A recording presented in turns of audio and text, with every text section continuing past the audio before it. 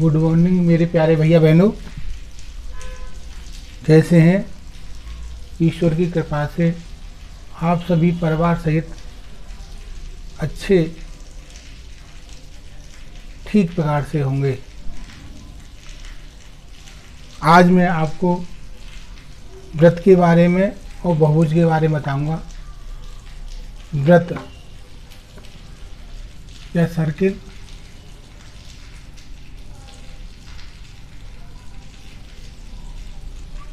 इसमें पर्दी होती है,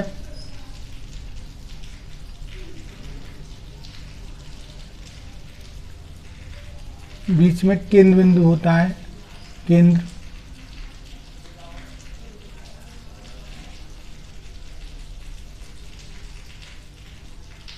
जैसे सेंटर पर्दी से केंद्र से होती हुई रेखा जो खींचेंगे, आ बा और सा। आशा आ सा बराबर व्यास, आबा बराबर त्रिज्या,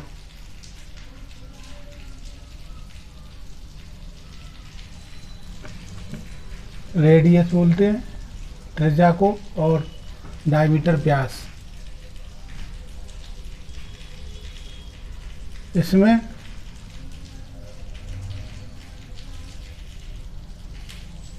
एक जीवा भी होती है, मतलब का और खा। जो का रेखा एक पर्दी से दूसरी पर्दी तक जाएगी, किंतु केंद्र से होकर नहीं जाएगी। तो इसमें एक भाग काखा नीचे का हिस्सा होगा जीवा, और ऊपर का भाग काखा बराबर अवधा।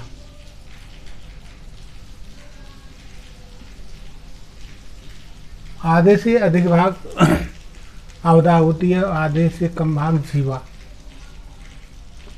इसमें जैसे ये है आबा, ये चाप भी है और जीवा भी है।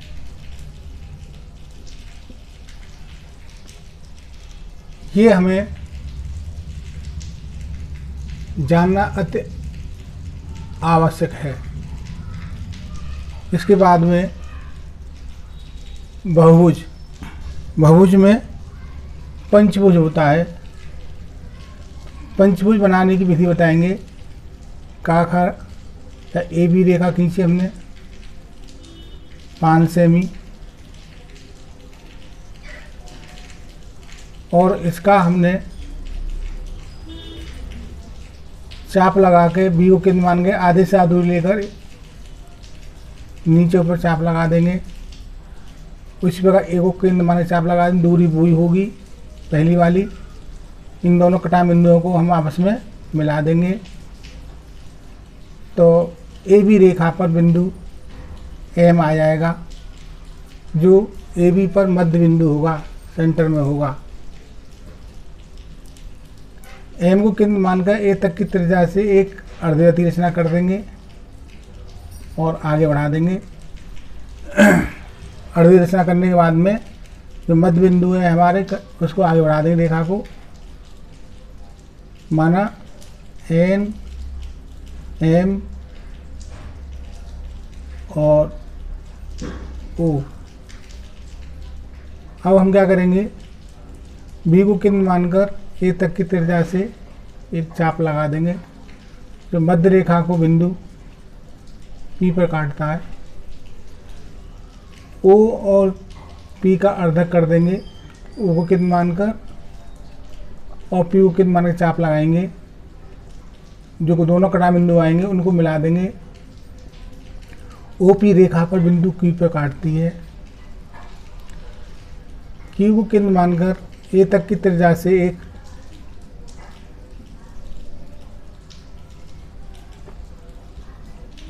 वृत्त की रचना कर देंगे और ए बी की दूरी लेकर इस वृत्त को बराबर भागों में बांटेंगे। तो A B C D E इस प्रकार से 5 बराबर भागों में बट जाएगा। इसी प्रकार से एक भुजा देने पर समपंचभुज की रचना हो जाएगी। षष्ठभुज की रचना कैसे करेंगे? सबसे पहले हम आ बा रेखा खींचेंगे 5 सेंटीमीटर। आ को केंद्र मानकर बा तक की त्रिज्या से चाप लगा देंगे। बा को केंद्र मानकर आ तक की दूरी से चाप लगा देंगे। घटना बिंदु हमारे पास चा आ जाएगा। चा को केंद्र मानेंगे हम, आ तक की दूरी लेकर एक वृत्त की रचना कर देंगे और उसी दूरी से आबा की दूरी से बा को केंद्र मानेंगे चाप लगा। आबा की दूरी लेकर बा को केंद्र माने चाप लगाएंगे, सा बिंदु आएगा। सा को केंद्र मानकर चाप लगाएंगे, दा बिंदु आएगा। दा को केंद्र मान चाप लगाएंगे, या बिंदु आएगा। या को केंद्र मानकर रा चाप लगाएंगे, रा देंगे और दा या रा को मिलाएंगे, रा आ को मिला देंगे। इस प्रकार से हमारा समषष्ठभुज की रचना हो जाएगी। फिर आता है हमारा वृत्त के अंदर समअष्टभुज की रचना कीजिए। सबसे पहले हम माँ को केंद्र मानकर एक वृत्त खींच देंगे। फिर हम आ और माँ को मिलाती रेखा खींचेंगे जो व्यास होगा हमारा 7 तक।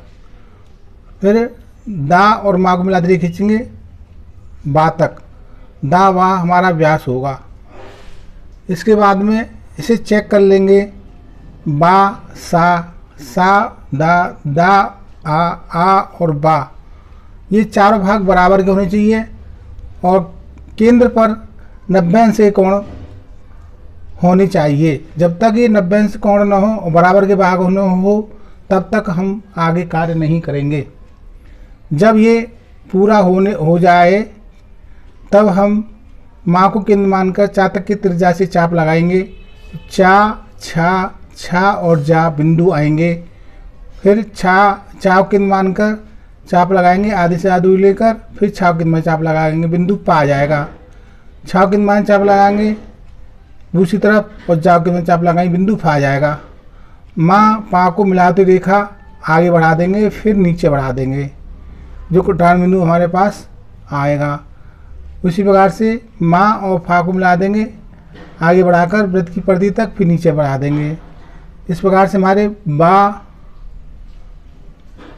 दा सा ना या रा और इन कटा बिंदु को आपस में मिला देंगे तो ये समअष्टभुज की रचना हो जाएगी। इस प्रकार से आप सभी भैया बहनें इनको कला की कॉपी पर करेंगे और कल मैं आपको कुछ महत्वपूर्ण निर्णय बताऊंगा।